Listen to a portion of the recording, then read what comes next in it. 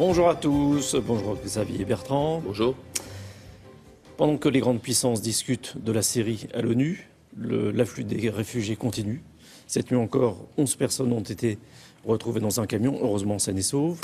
C'est un problème qui est très loin d'être terminé. Il faut s'attaquer aux causes de ce problème. La guerre en Syrie, la guerre en Libye, dont on parle peu aujourd'hui, et puis le malheur économique dans tous ces pays. Tant qu'on n'aura pas réglé le problème à sa source, nous aurons toujours ces malheureux. Et il faut bien comprendre que je propose notamment une solution, un blocus maritime au large des côtes libyennes pour empêcher tous ces malheureux de partir et de périr en Méditerranée, comme c'est le cas depuis des mois et des mois. Avec Natacha Bouchard, le sénateur-maire de Calais, nous proposons une commission d'enquête parlementaire sur Calais et une résolution parlementaire pour un blocus maritime au large des côtes. Il ne faut pas les laisser partir parce qu'ils vont mourir en Méditerranée pour beaucoup. Vous parlez de cela que l'on a retrouvé dans un camion, chez moi près de Saint-Quentin, dans un camion-citerne, on a retrouvé des migrants. Imaginez si ce camion-citerne avait été rempli. C'eût été encore un drame de plus. Évitons ces drames, agissons à la source. Alors, à la source, il y a la question justement des discussions à l'ONU. Est-ce que la France vous paraît isolée ? Bien sûr. Celui aujourd'hui qui a pris l'initiative, c'est M. Poutine. Alors, ce qu'il faut aujourd'hui, c'est mener une guerre totale contre Daesh. Daesh, ce sont ceux qui égorgent, ce sont ceux qui décapitent, ce sont ceux qui font d'enfants et de femmes des esclaves sexuels. Ce sont ceux qui ont armé, financé, endoctriné ceux qui nous ont frappés sur notre territoire. N'attendons pas un nouvel attentat sanglant pour se décider à mener une guerre totale contre eux. Ils mènent une guerre totale contre nous. Ça sera eux ou nous. Alors il faut éradiquer Daesh et soutenir notamment les initiatives prises par la Russie. Allons-y ensemble, que ce soit par des frappes aériennes qui ne suffiront pas.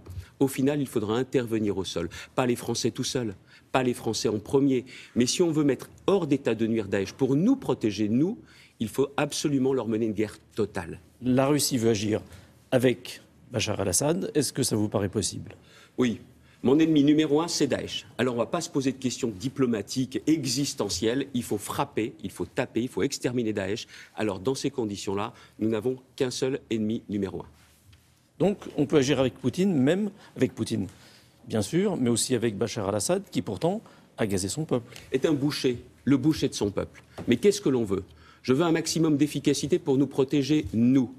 Et comme notre ennemi numéro 1, c'est Daesh, alors on ne se pose pas de questions pour savoir qui sont nos alliés, est-ce qu'il faut que M. Bachar parte et quand, tout ça. Non, il faut frapper Daesh. Les régionales, vous êtes candidat en Nord-Pas-de-Calais et Picardie, vous n'êtes pas favori, c'est Marine Le Pen qui est favorite. Je le savais. Et pourquoi ? Parce que c'est la région Comment vous de comptez France inverser la tendance ? où il y a le plus de misère, de colère, avec des gens qui vous disent on a une région rongée par le chômage, il y a ceux qui ont causé ce drame. C'est les dirigeants du Parti socialiste qui ont trahi le peuple de gauche. Et il y a un Front national qui exploite les problèmes et qui rendrait ce déclin définitif. Moi, mon ennemi, c'est le déclin. Donc je mets en avant tout la valeur travail. Notre pays, comme notre région, se portait bien mieux s'il y avait du boulot, davantage de boulot. Alors ça veut dire, dès janvier prochain, remettre en activité celles et ceux qui sont au RSA, en lien avec les départements dont c'est la compétence première, je veux que la région puisse leur donner une activité. Et on verra qui prend cette activité, qui ne prend pas cette activité. Et là, chacun assumera ses responsabilités. Je crois aux droits et aux devoirs. Alors je ne vais pas en parler, je ne vais pas attendre une nouvelle loi, je vais le mettre en pratique. Remettre au travail. On parle du contrôle des chômeurs. Vous êtes ancien ministre du Travail. Est-ce qu'il faut accentuer ce contrôle des chômeurs ? Et bien évidemment. Parce que vous avez une logique de droit et de devoir. Ça, c'est une bonne mesure du gouvernement ? C'est une mesure que nous avions d'ailleurs lancée. Il faut la continuer. Mais c'est tout le principe de l'indemnisation du chômage qu'il faut revoir. Des droits et des devoirs. Mais indemniser quand on suit une formation. Et je remarque une chose. C'est qu'il faut aujourd'hui demander à un certain nombre de nos concitoyens des efforts. Ceux qui sont artisans, agriculteurs, entrepreneurs, ceux qui travaillent, ont l'impression déjà de faire des efforts pour tout le monde. Alors il faut bien évidemment demander à ceux qui sont aujourd'hui chômeurs d'aller vers le travail et qu'il n'y ait pas la possibilité dans notre pays de dire non à plusieurs offres d'emploi sans qu'il ne se passe rien. Mais il faut vraiment les accompagner.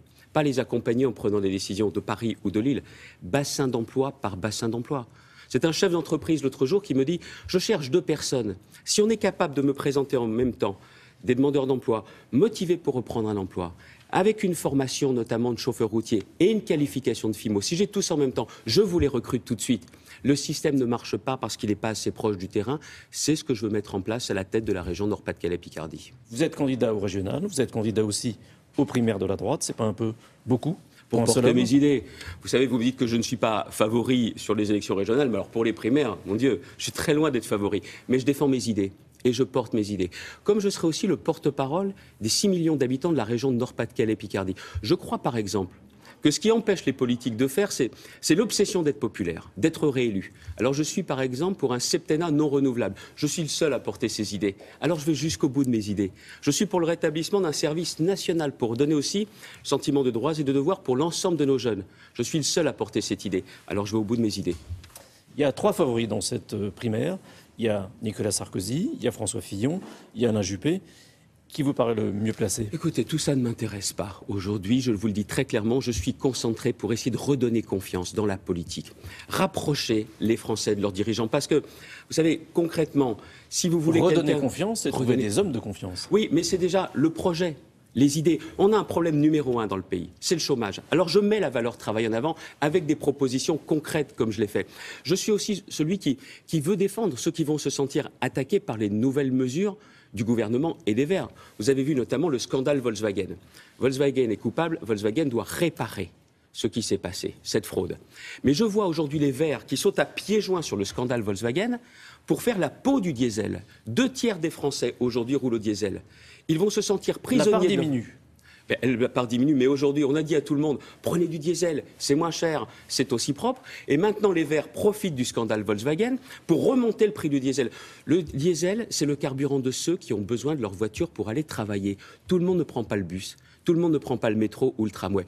Tout cela sont les éternels oubliés, sauf au moment de payer les taxes. Je suis aussi leur porte-parole et leur défenseur. Merci.